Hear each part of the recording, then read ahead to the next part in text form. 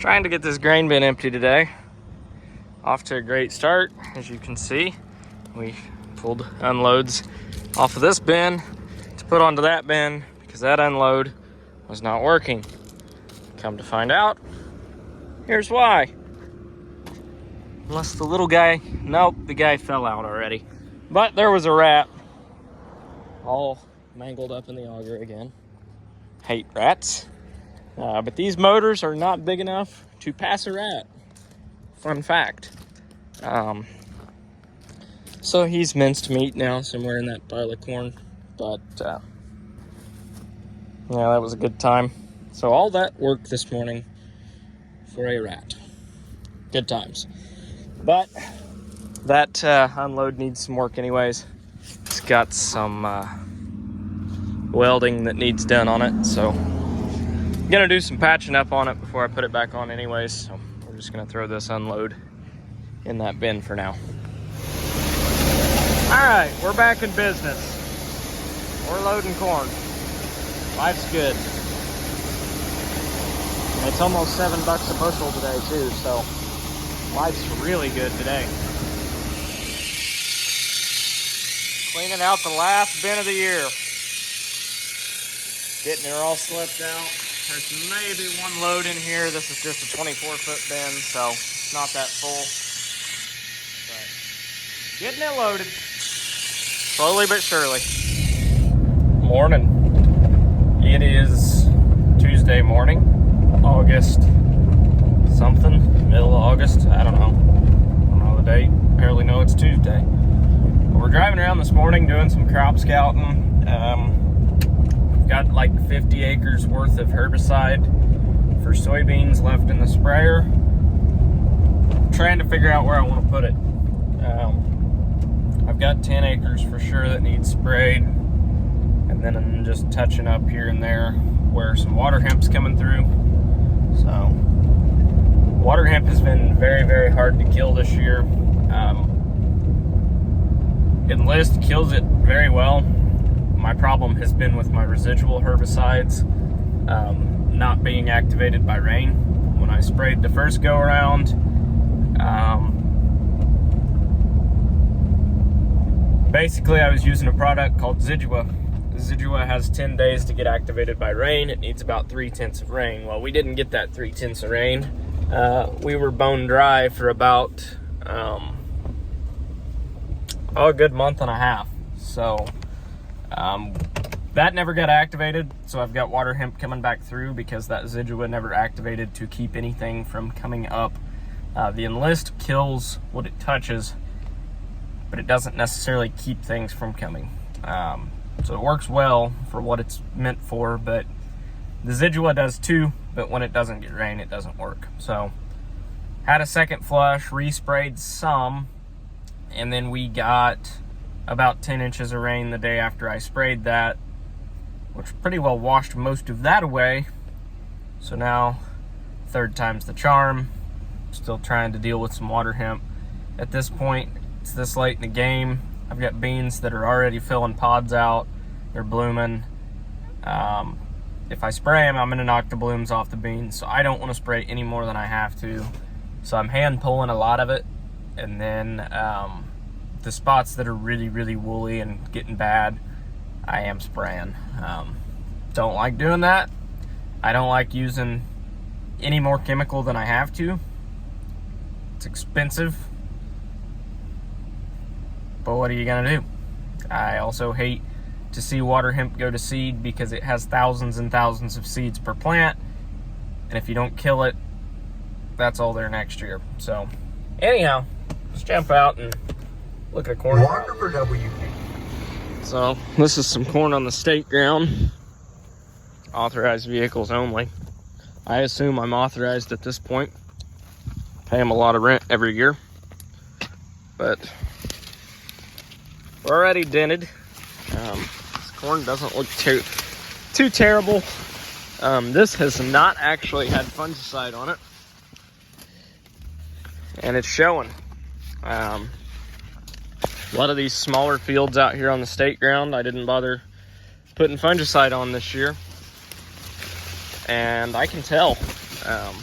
that it doesn't have fungicide on it.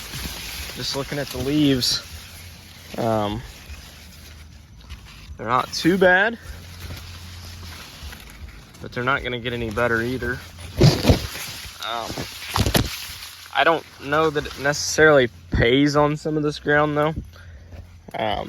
This is a problem with state ground though. You got a lot of that. Lots and lots of wildlife damage out here. It's really hard to grow good corn. Here's more. You can see it's 8 on. And there'll be half-acre patches out here in a 5-acre field that are just gone, nothing, zilt. Here's more. All in all though, it's looking like decent corn. Just walking through here. We'll actually get off the end rows and take a look and see how we're looking. Like this guy here didn't even, I don't know what's going on there. Didn't even hardly put an ear on.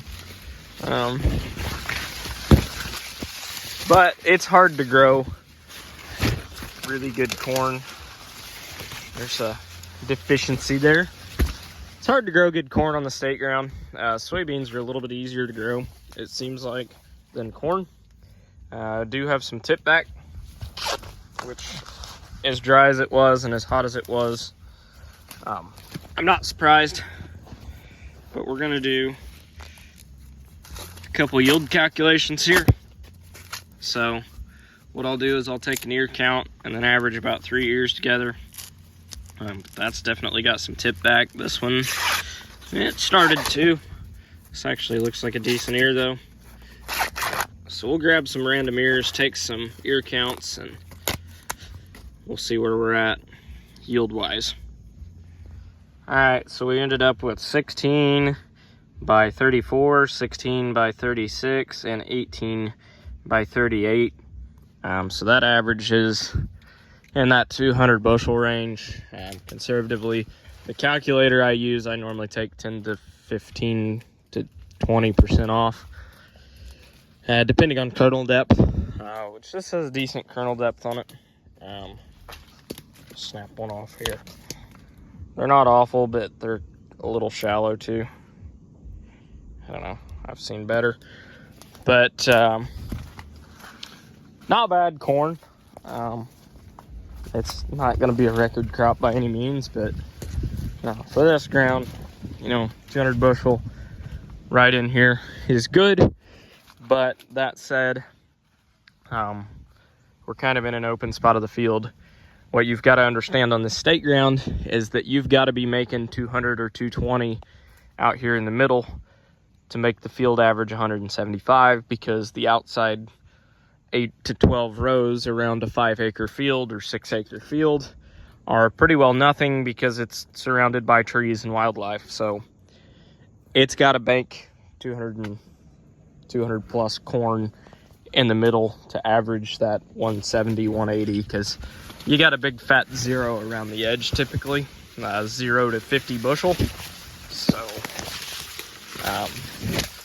I don't know, it's not the most productive corn ground. Like I said, it seems like soybeans raise a lot better. But here's an example. This, just nothing. Raccoons terrorize this place. Deer, this is what I'm talking about. Edge of the field, and we're not even up along any trees. This is just the edge of the field here. And this is what the wildlife out here does. Just patches of this, which will make nothing. So nothing here in this area. I mean, there's 1 ear, 2 ears, 3 in this whole area. So yeah, this won't make anything. But that's what I say, you've got to make 200 plus in the good spots to make the field average 170, 180. But at least there'll be some fat raccoons out here. I hate those things. Shoot every one of them I can see. So now we're out here at the double crop beans, and they're they're all right. They're awful damn thin in places, but they're there. I don't know. I don't really think they're gonna amount to much more than 20 or 30 bushel beans at the most, if that.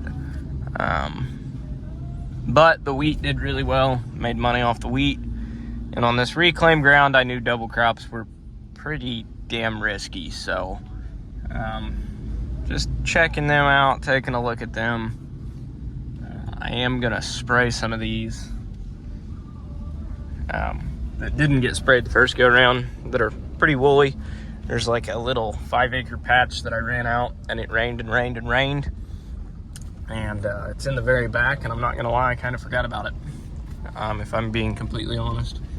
So I'm gonna walk out and look at these. They're starting to put some blooms on, which is good, but man, they're just thin, especially for being August. These are not really gonna canopy, and I see a lot of grass coming back in them. Probably gonna have to respray these again. Don't really want to do that, but also don't like weeds. So lots of grass coming back in these that I can see. So there's some water hemp. So again, these will probably need resprayed as well. Love that. Not gonna do it right now, because if they're gonna need resprayed, I want everything to come up before I do that. It's mainly grass though. I don't really see any broadleaf stuff. So yeah, they're just thin.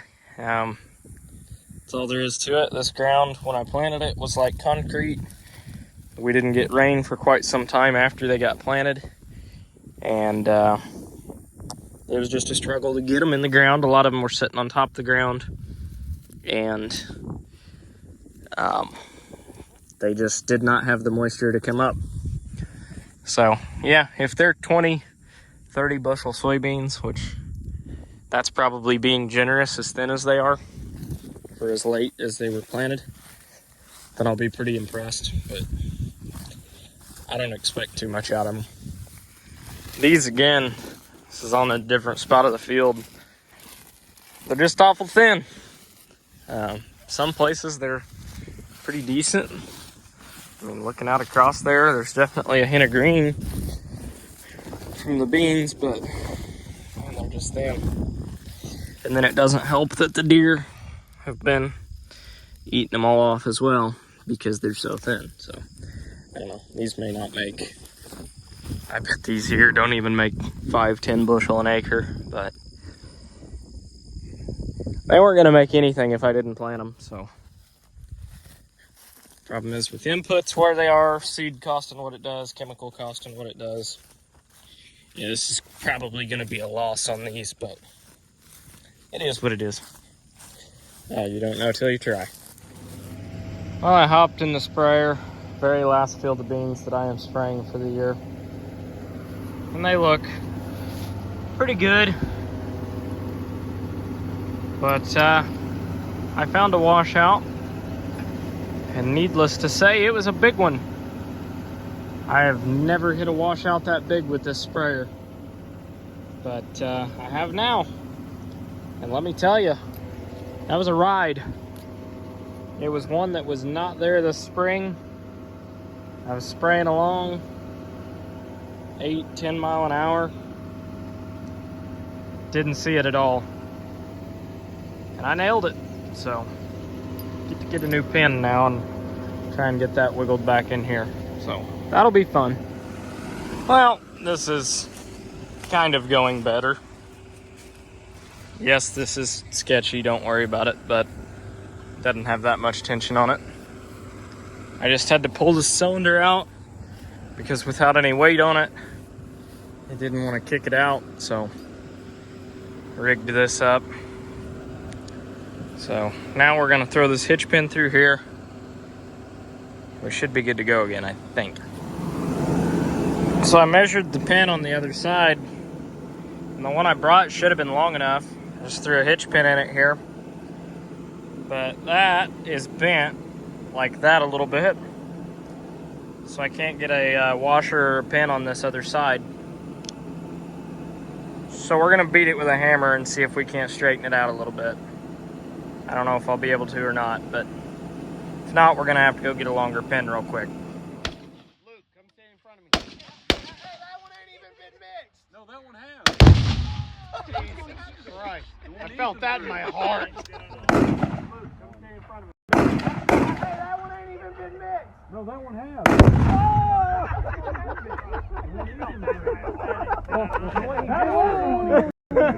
The first one he threw. Yeah.